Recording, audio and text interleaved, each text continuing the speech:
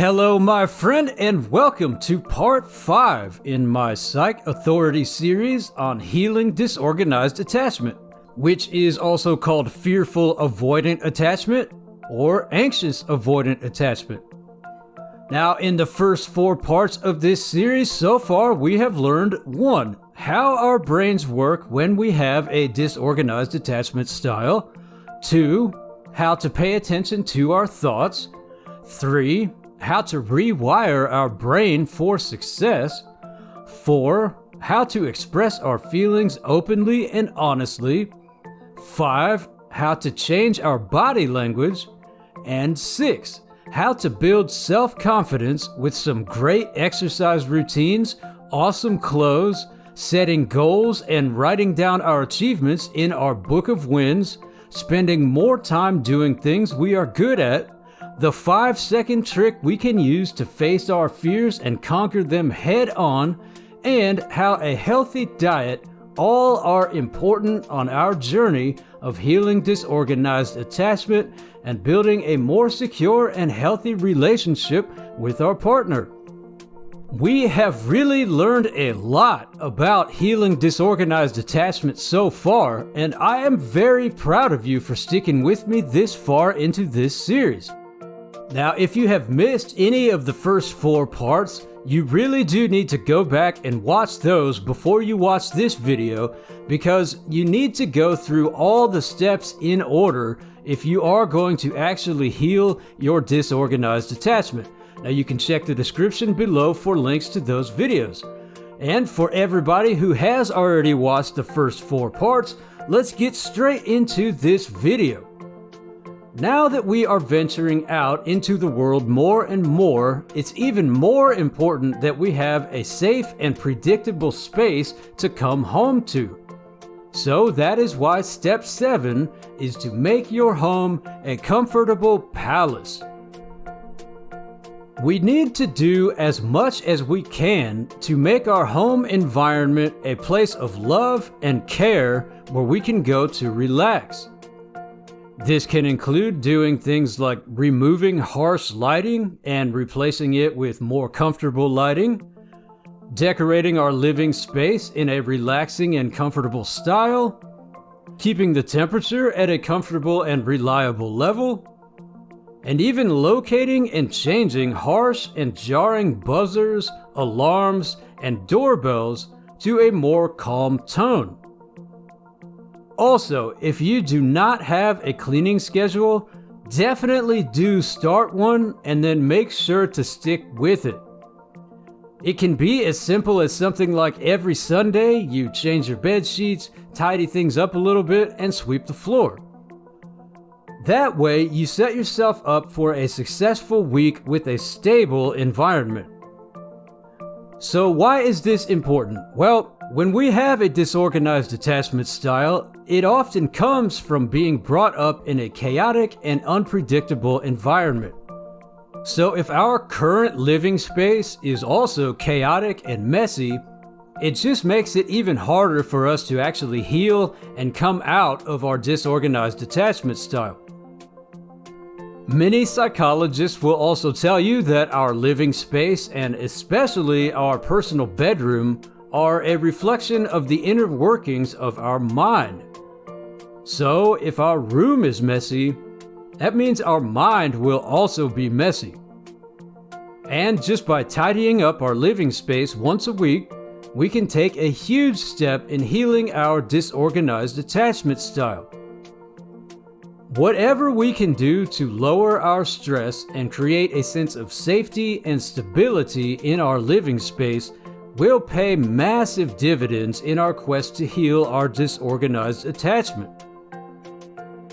Now this leads into the next step, which is step 8, create a routine.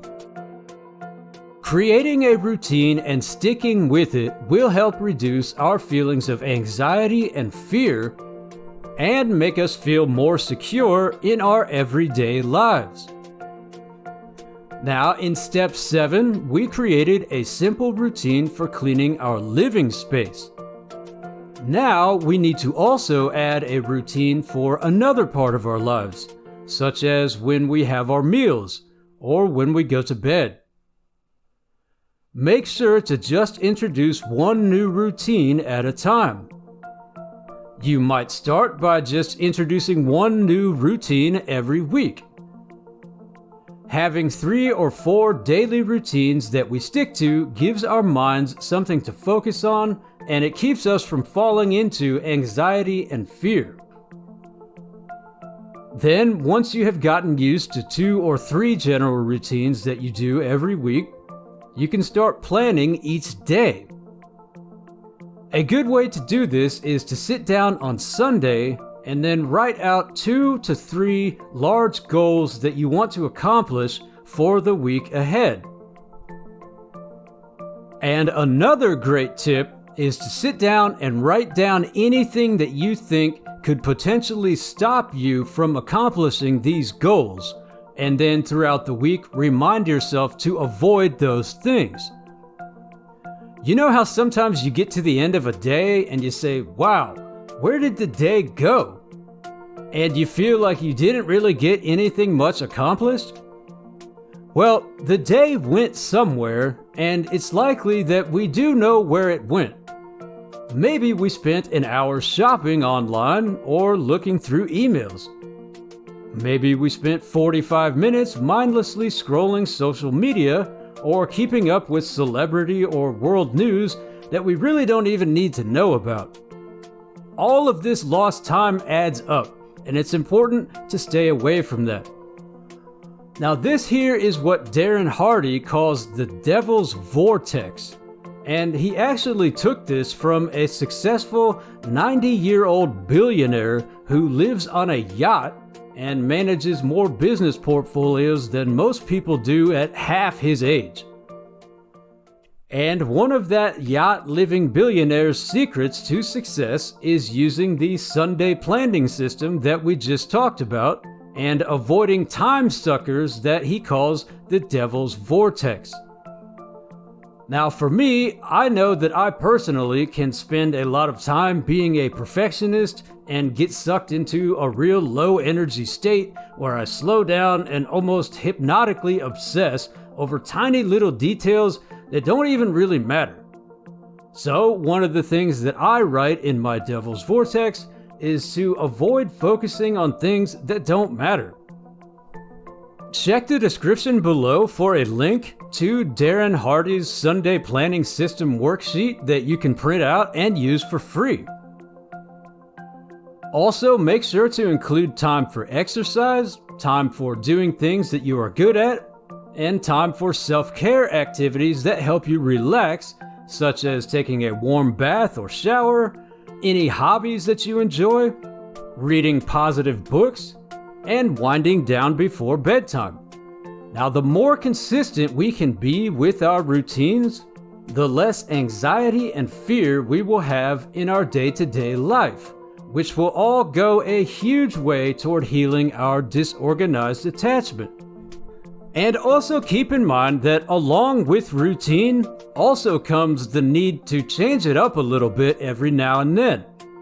It's super important to stay a little flexible with your routines, because this is all about balance.